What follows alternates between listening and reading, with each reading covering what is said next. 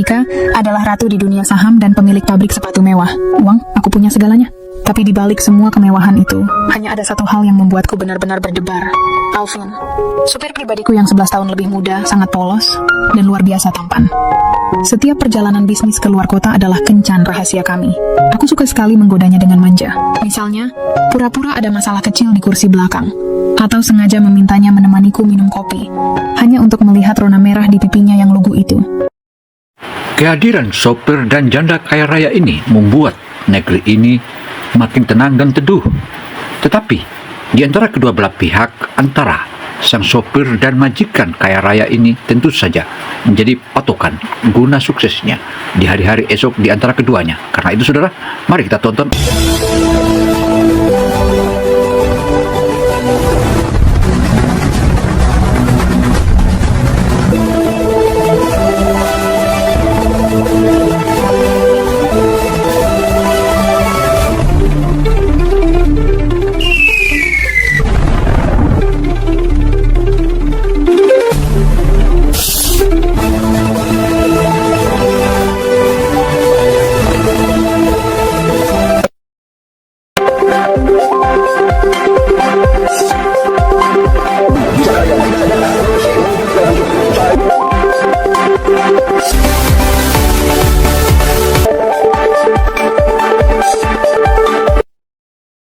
Jumpa lagi dengan Opini Gino Television Indonesia. Kali ini Opini Gino mengisahkan tentang kisah cinta antara sopir dan janda kaya raya yang usianya berbeda.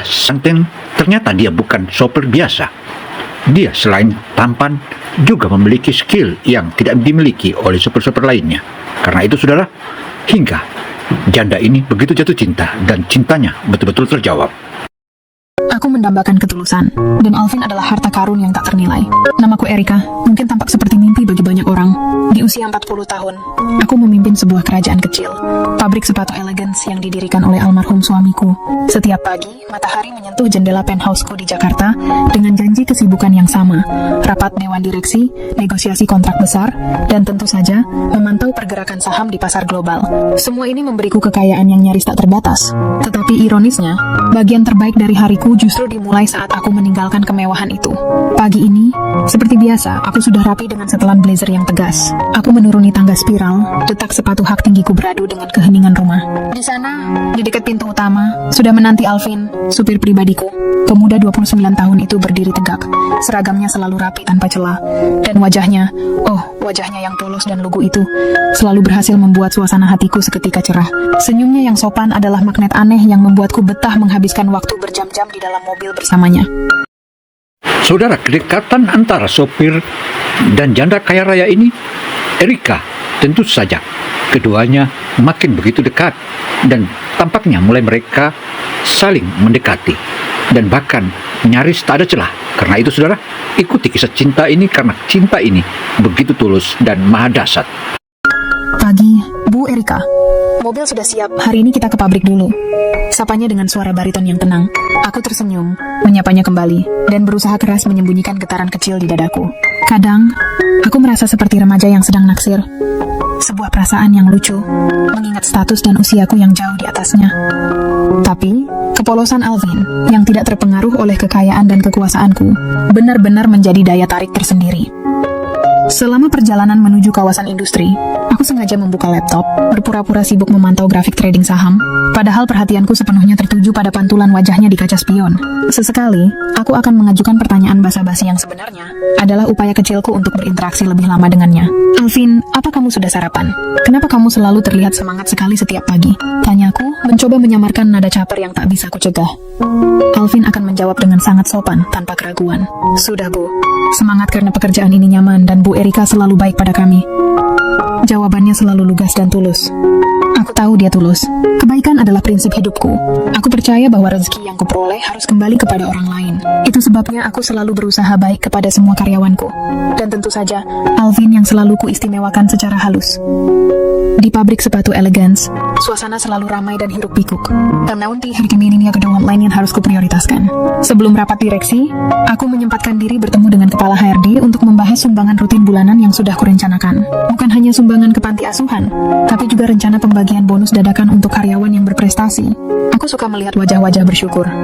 Setelah urusan pabrik selesai, Alvin mengantarku ke kantor pusat. Di perjalanan, aku menerima telepon dari seorang teman lama yang sedang kesulitan finansial. Tanpa berpikir panjang, aku langsung menawarkan pinjaman uang dalam jumlah yang cukup signifikan, tanpa jaminan, hanya karena aku tahu dia adalah orang baik yang sedang terhimpit. Aku melakukan hal seperti ini hampir setiap minggu. Alvin, yang mendengarkan percakapan itu, hanya menggeleng pelan. Senyum tipisnya menunjukkan kekaguman sekaligus keheranan. Saudara, kekaguman Alvin, sang sopir terhadap janda ini makin jelas. Setelah dia mendengar pembicaraannya di telepon, dia makin paham bahwa janda ini begitu bijaksana dan begitu penyayang terhadap seluruh karyawannya. Dan ini merupakan salah satu seorang wanita idaman. Demikian dalam hati papar sang sopir tersebut. Sebelum pergi, aku sudah mentransfer sejumlah besar dana untuk perbaikan sekolah di daerah pelosok, kataku, berharap ia mengerti bahwa aku adalah wanita yang bukan hanya kaya raya, tetapi juga murah hati. Itu adalah upayaku untuk menunjukkan kualitas diri, bukan sekadar kekayaan. Saat perjalanan dilanjutkan, ponselku berdering. Itu dari manajerku, melaporkan bahwa salah satu karyawan lama kami, Pak Bima, sedang terjerat utang rentenir karena anak perempuannya sakit. Aku seketika merasa panas dan kesal. Tolong urus segera lunasi semua utang Pak Bima hari ini juga. Tidak ada karyawanku yang boleh berurusan dengan rentenir, kataku tegas. Suaraku meninggi, mencerminkan sisi dominanku sebagai pengusaha. Alvin mendengar seluruh percakapan itu.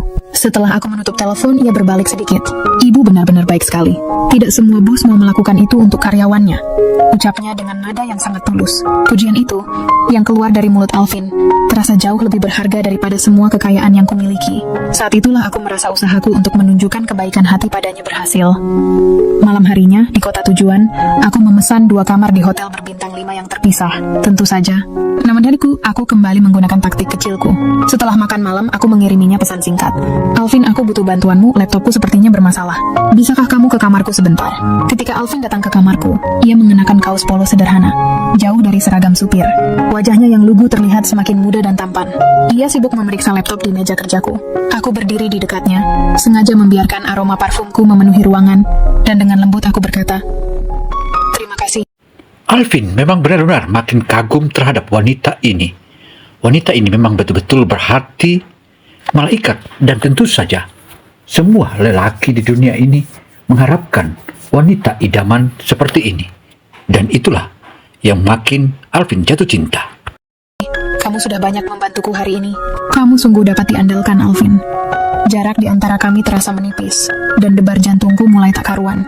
Ini adalah titik awal di mana interaksi profesional kami mulai memasuki wilayah yang lebih pribadi, wilayah yang kurindukan. Malam itu, setelah Alvin berhasil memperbaiki laptopku yang sebenarnya tidak rusak, ia segera pamit dengan sopan, meninggalkan diriku sendirian di kamar hotel mewah ini, diselimuti keheningan yang mencekam. Aku tahu ia tidak menyadari sedikitpun ketegangan romantis yang kubangun. Bagi Alvin, ini hanya tugas. Aku duduk di tepi jendela, menatap pemandangan kota di malam hari, merenungkan ironi kehidupanku. Aku, seorang janda konglomerat yang kekayaan bersihnya bisa membeli seluruh lantai hotel ini, merasa begitu miskin akan cinta sejati. Setibanya di rumah, aku meminta Alvin menunggu sebentar, ingin memastikan dia makan malam dengan baik sebelum pulang. Saat Alvin duduk di ruang tunggu staf yang dekat dengan pintu belakang, aku menyendiri di kantor pribadiku, memproses semua data tentang serangan reputasi ini. Laptopku penuh dengan email dan notifikasi bursa saham yang merah. Harga saham Elegance mulai anjlok. Aku tiba-tiba teringat momen kebaikan hatiku sebelumnya, donasi besar untuk jembatan. Aku berpikir, apakah kebaikanku justru membuatku menjadi sasaran empuk? Atau apakah ini adalah ujian yang harus kuhadapi? Pikiranku kacau, dan aku merasa sangat sendirian di ruangan yang begitu besar. Di tengah kegelisahanku, aku melihat pantulan di jendela. Alvin. Ternyata ia masih di sana, di ruang tunggu. Kehadirannya yang setia memberiku kekuatan emosional. Aku memutuskan, aku tidak boleh tumbang. Pabrik ini adalah warisan dan tanggung jawabku. Aku harus melawannya. Dan aku akan membutuhkan seseorang yang sepenuhnya bisa kupercaya. Aku berdiri, melangkah ke ruang tunggu dan mendekati Alvin. Alvin, aku ingin kamu pulang istirahat yang cukup. Besok aku butuh kamu fokus. Kita akan memulai hari yang sangat sulit, kataku, memberikan penekanan pada kata kita. Aku sadar, tanpa ku sadari, aku sudah menariknya masuk ke dalam pusaran masalahku. Dia berdiri, menatapku dengan mata yang memancarkan kesiapan tulus. Saya siap, Bu Erika. Saya akan menjaga ibu dan selalu fokus. Janjinya. Kata-kata itu, di tengah kehancuran reputasi yang mulai kurasakan, memberiku secercah harapan. Besok, pertarungan akan dimulai, dan aku akan menjadikannya sekutu yang paling kupercayai. Saudara, antara keduanya makin hari makin dekat dan makin pula melengket hingga lahirlah sebuah benih-benih cinta. Dan cinta keduanya begitu mendalam dan saling pengertian, bahkan saling menjaga. Alvin pun tak mau kalah, sebagaimana yang telah dia paparkan bahwa aku akan selalu menjagamu. Keesokan harinya, kantor menjadi medan perang. Ponselku tidak berhenti berdering oleh panggilan dari media, bank, dan para investor yang panik. Aku harus tampil kuat dan tenang, mengatur strategi perlawanan di depan umum. Sementara di balik layar, aku memerintahkan tim hukum untuk mencari celah dalam fitnah yang disebarkan. Tekanan ini luar biasa, dan aku merasa lelah secara mental dan emosional. Alvin, yang bertugas mengantarku bolak-balik antara kantor, pabrik, dan pertemuan darurat, menunjukkan dedikasi yang tak pernah kubayangkan. Saat kami berada di mobil, dalam perjalanan menuju pertemuan penting dengan regulator, aku menyuruh Alvin memarkirkan mobil di tempat tersembunyi. Aku mengeluarkan selembar foto laporan palsu dari tas kerjaku. "Alvin, tolong lihat ini sebentar," kataku, sambil menunjuk sebuah kode badge yang tertera di sana. Kode ini seharusnya tidak muncul di laporan pabrik kita. Ini kode lama yang sudah tidak dipakai sejak 5 tahun lalu. Alvin mengamati foto itu dengan cermat. Wajahnya yang polos kini tampak serius. Ia membolak-balik foto itu, lalu tiba-tiba matanya membesar, seolah ia teringat sesuatu. "Bu Erika, saya rasa saya pernah melihat kertas seperti ini," ucapnya perlahan. Nadanya menunjukkan kehati-hatian. Jantungku berdesir seketika muncul harapan besar. Dia bercerita, beberapa malam lalu, saat ia menunggu di luar kantor, dia melihat salah satu manajer divisi pemasaran, Pak Dodi, tergesa-gesa keluar sambil membawa sebuah map. Pak Dodi terlihat sangat gelisah dan sempat menjatuhkan beberapa lembar kertas. Alvin dengan lugunya membantu memungut kertas-kertas itu. Ia ingat melihat beberapa kode dan logo pabrik lama kami. Sebelum Pak Dodi merebut kertas itu kembali dengan wajah panik. Deskripsi Alvin tentang kode dan logo pabrik lama itu persis dengan data palsu yang digunakan untuk menyerang kami. Rasanya seperti sebuah puzzle besar yang tiba-tiba menemukan kepingan kunci. Pak Dodi, salah satu manajer andalanku, pengkhianatan dari lingkaran terdalam. Aku merasakan ledakan amarah yang dingin, disusul rasa sakit karena dikhianati. Aku menatap Alvin, mataku berkaca-kaca. Dia tidak hanya menjadi supirku, dia adalah mata dan telinga andalanku. Kepolosannya, yang tidak pernah berpikiran buruk tentang orang lain, justru membuatnya bisa melihat kejanggalan yang luput dari perhatianku, karena aku terlalu fokus pada gambaran besar. Alvin telah memberiku petunjuk krusial, sebuah senjata yang tak ternilai harganya. Alvin, terima kasih.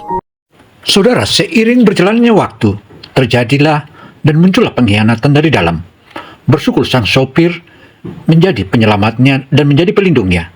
Dan dari situlah sang janda kaya raya ini makin jatuh cinta sama sopir Alvin. Inilah salah satu keajaiban yang akhirnya melahirkan sebuah kedekatan yang makin dekat. Dan ini informasi yang sangat penting. Kamu baru saja menyelamatkan kita, bisikku, nadaku penuh rasa syukur dan kekaguman. Untuk pertama kalinya, aku meraih tangannya yang ada di setir mobil, memberikan genggaman singkat sebagai tanda terima kasih yang mendalam, sebuah sentuhan yang lebih intim daripada yang pernah kubayangkan. Sentuhan itu berlangsung singkat, namun meninggalkan jejak kehangatan yang kuat di antara kami. Alvin tampak sedikit terkejut, pipinya bersemu merah. Pagi hari ia melaporkan Pak Dodi pergi ke sebuah gedung perkantoran tua di pinggiran kota. Siang hari ia memberitahuku bahwa Pak Dodi selalu menghabiskan jam makan siangnya sendirian dengan ponselnya. Pada hari keempat, sebuah pesan dari Alvin membuatku terlonjak dari kursi. Ia berhasil melihat Pak Dodi masuk ke sebuah kafe mewah dan duduk bersama seorang pria tua yang sangat kukenal. Dia adalah musuh lamaku. Alvin bahkan berhasil merekam sebagian kecil dari percakapan mereka, meskipun kualitas rekamannya tidak terlalu jelas. Aku segera meminta Alvin menjemputku. Sepanjang perjalanan, aku memutar rekaman suara itu berulang kali. Meskipun banyak desisan dan suara latar, aku bisa menangkap beberapa kata kunci yang mematikan. Rugi besar di bursa saham. Data pabrik yang lain. Dan yang paling jelas, nama pabrik kami. Rekaman itu belum cukup menjadi bukti hukum, tetapi cukup untuk memojokkan Pak Dodi. Kamu luar biasa, Alvin, bisiku, menatapnya dengan rasa bangga yang tak tertahankan. Untuk merayakan keberhasilannya dan memberinya semangat, aku memutuskan untuk singgah ke sebuah toko jam tangan mewah. Aku membelikannya sebuah jam tangan mahal, bukan sebagai gaji, melainkan sebagai hadiah dari hati ke hati, sebuah simbol persekutuan dan pengakuanku terhadap keberaniannya. Saat aku memberikan kotak jam itu, Alvin tampak kaget dan menolak dengan sopan. "Bu Erika, tidak perlu.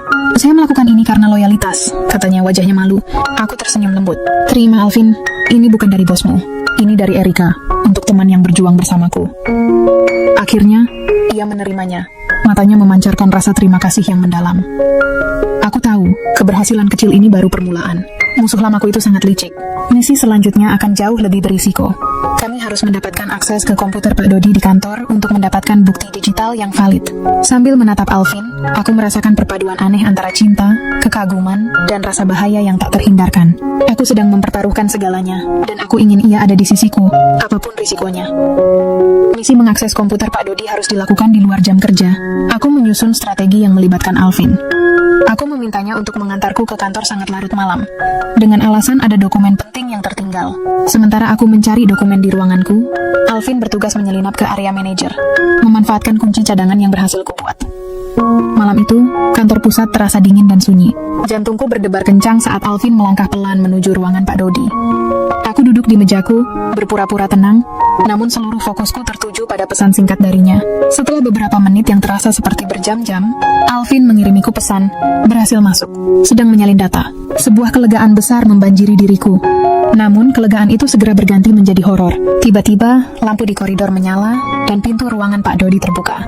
Bukan musuh lamaku yang muncul, melainkan Pak Dodi sendiri, bersama dengan satpam malam yang seharusnya berjaga di gerbang utama.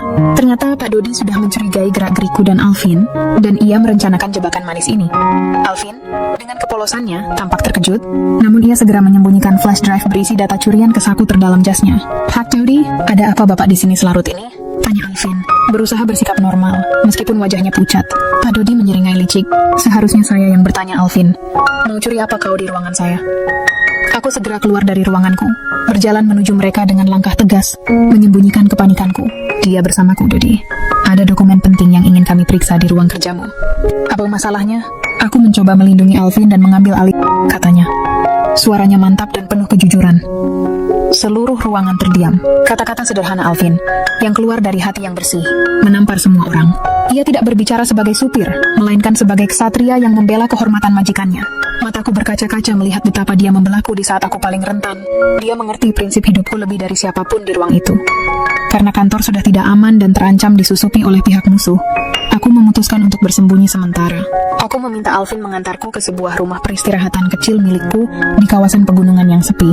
Kami harus menjauh dari pandangan publik dan merencanakan langkah selanjutnya dalam isolasi.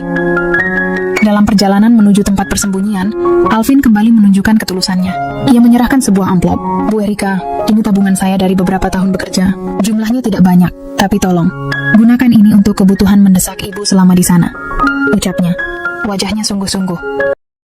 Saudara, pertarungan dan pertaruhan antara sesama karyawan dan juga CEO ini makin menajam. Bahkan terjadilah gontok-gontokan di antaranya. Dan saat ini tampaknya manajer Dodi ada kerjasama dengan pihak luar.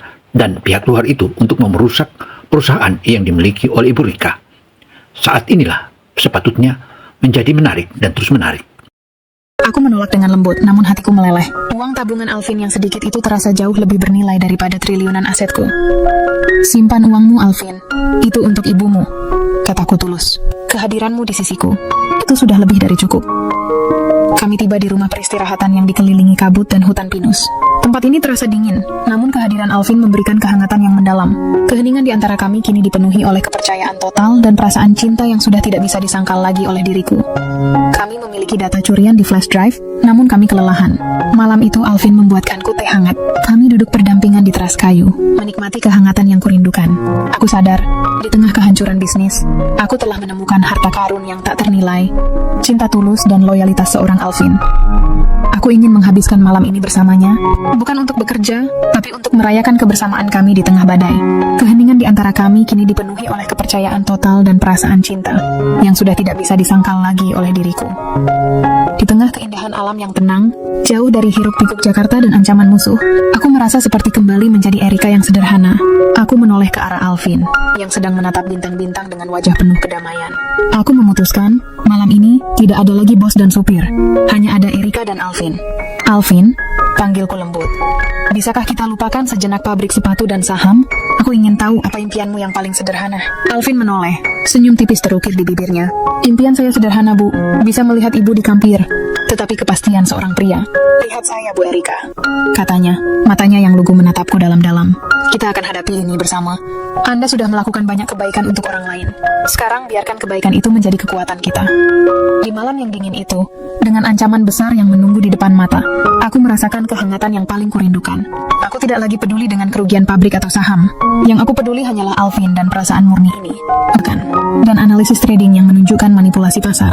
Alvin tidak pernah meninggalkanku. Ia menjadi asisten pribadi, bodyguard darurat, dan penopang emosionalku. Kehadirannya yang konsen membuatku merasa bahwa perjuangan ini masih layak. Puncaknya tiba di ruang sidang yang dingin dan formal. Aku duduk dengan tegang di samping pengacaraku, sementara Alvin menunggu di luar. Kami menyajikan bukti-bukti kami yang kuat, termasuk kesaksian tentang pengkhianatan Pak Dodi. Aku merasa optimis, yakin bahwa kebenaran akan menang. Namun, musuhku jauh lebih licik dari yang kuduga. Mereka menyajikan alibi yang sangat rapi dan meyakinkan, menuduh data kami adalah rekayasa, bahkan menuduh Alvin adalah kaki tanganku yang tidak berintegritas. Lebih menyakitkan lagi, mereka menggunakan transaksi donasiku yang sangat besar sebagai senjata. Nyonya Erika menghabiskan aset perusahaan secara tidak rasional untuk kepentingan pribadi, donasi dan pinjaman, ujar pengacara lawan, memutarbalikkan kebaikan hatiku menjadi kelemahan dan bukti ketidakmampuan manajemen. Hakim membacakan putusan yang menghancurkan. Meskipun ada indikasi pengkhianatan, bukti yang kami miliki dianggap tidak cukup kuat untuk mengeluarkan perintah pencegahan serangan finansial final. Gugatan kami kalah. Aku terhuyung di tempat dudukku, seolah seluruh energi di tubuhku lenyap. Aku kalah di pengadilan, dan kini musuhku bebas melancarkan serangan terakhir mereka. Di luar ruang sidang, aku menemui Alvin. Wajahnya yang selama ini polos dan tegar, kini tampak sangat sedih melihat kekalahan kami. Aku tidak menangis, air mataku sudah habis. Aku hanya merasakan kekosongan yang dingin. Aku telah mempertaruhkan segalanya, menggunakan semua kepintaran dan kekayaan yang kumiliki. Tetapi semua usahaku gagal total. Kelemahan manajemenku, dan pensiun dari dunia bisnis selamanya. Saudara, ancaman dengan ancaman, bahkan di pengadilan pun, dia tidak mampu meyakinkan hakim, bahkan begitu licik lawan politiknya. Dan akhirnya, ia terpaksa memberikan apa yang seharusnya menjadi miliknya. Karena itu, saudara, makin seru dalam hubungan mereka di perkantoran ini. Dan saatnya dia berpikir lain. Terima saja, Erika. Kau lelah, kau kalah. Uang ini masih cukup untuk membuatmu hidup mewah. Tapi kau harus melepaskan warisan suamimu dan melepaskan ambisi bisnis yang konyol ini, katanya dengan nada meremehkan. Itu bukan tawaran finansial, melainkan tawaran untuk menjual jiwaku dan harga diriku. Menerima tawaran ini berarti mengkhianati semua prinsip dan nilai yang kupegang. Aku menatapnya dengan dingin. Kemarahanku tidak lagi meledak, melainkan membeku. Aku tidak akan menandatangani apapun yang menghinakan warisan suamiku. Aku tidak akan pernah mengakui kelemahan yang diciptakan oleh fitnah kalian. Jawabku tegas.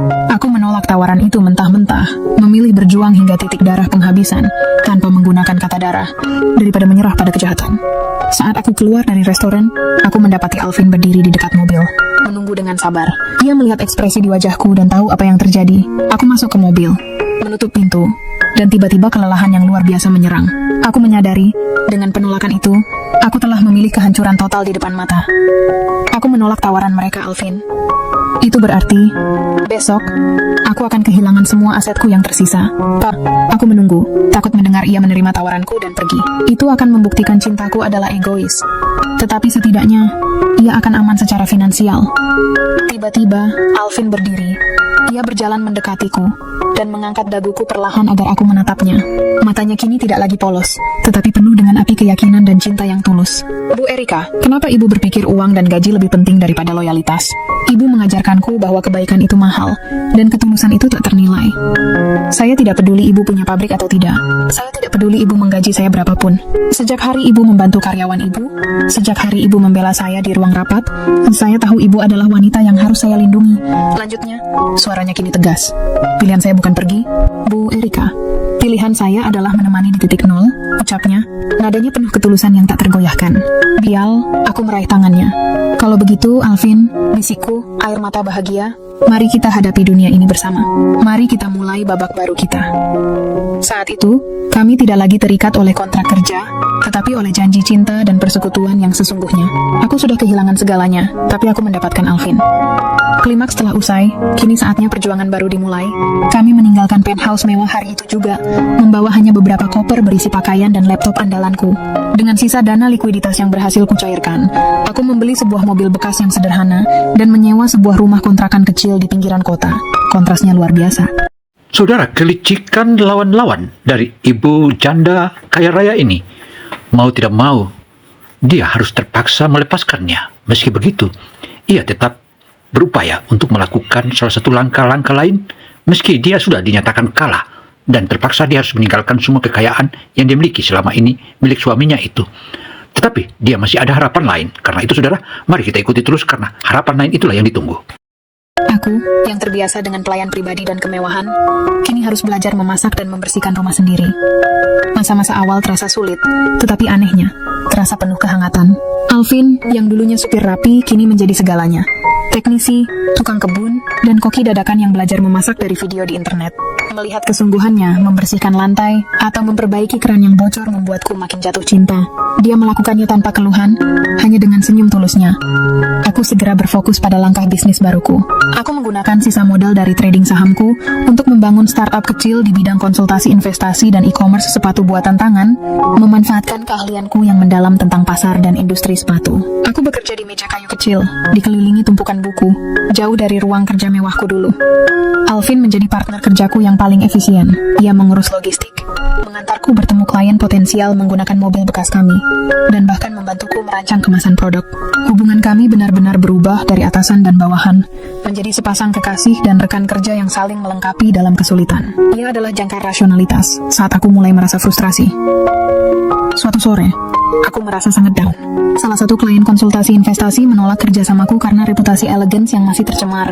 Aku duduk di teras kecil kontrakan, membiarkan keputusasaan merayap. Alvin datang menghampiriku, membawa secangkir kopi instan jauh dari kopi mahal yang biasa ku minum. Bu Erika, kita tidak menjual nama-lama.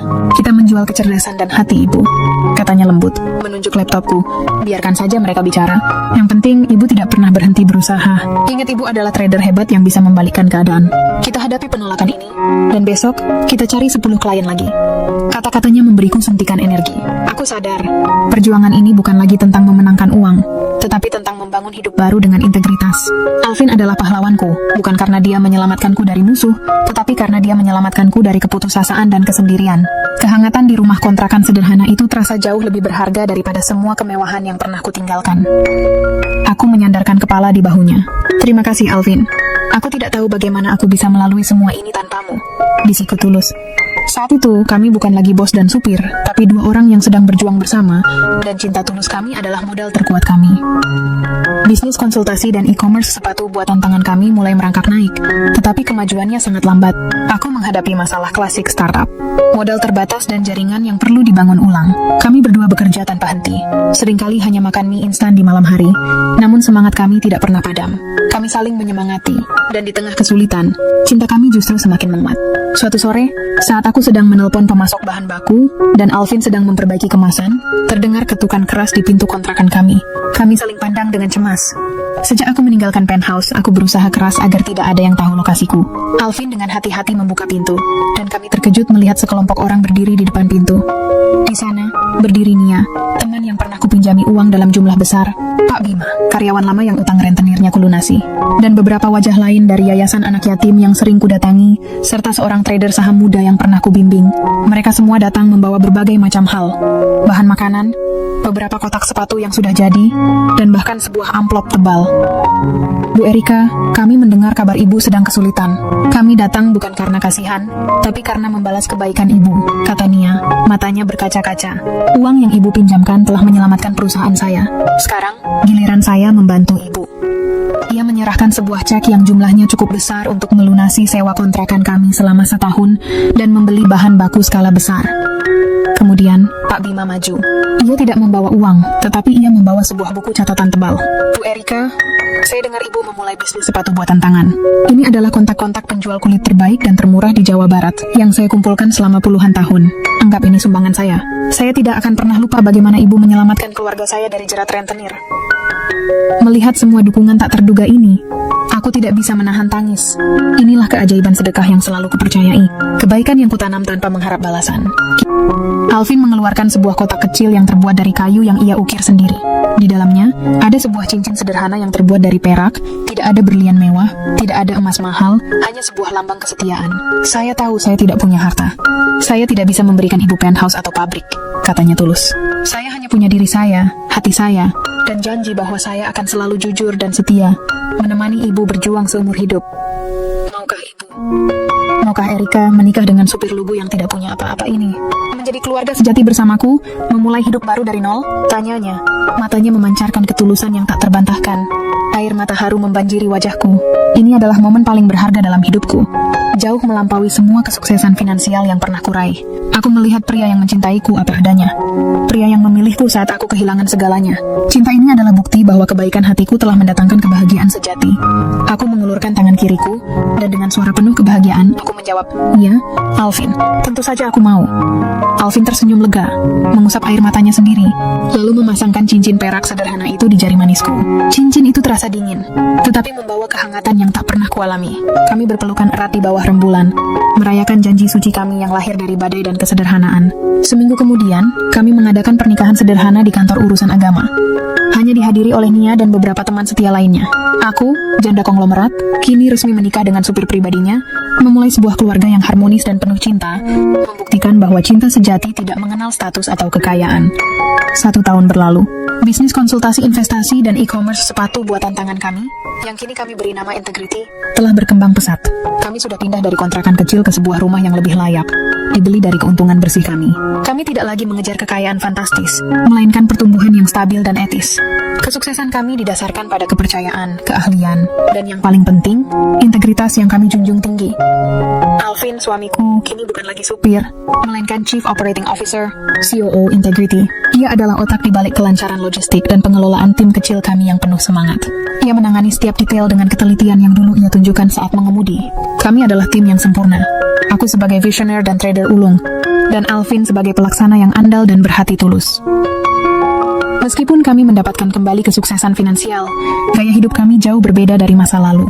Kami tetap memilih hidup sederhana. Uang kami kini lebih banyak diinvestasikan untuk mengembangkan bisnis dan, yang paling penting, untuk kegiatan sosial kami.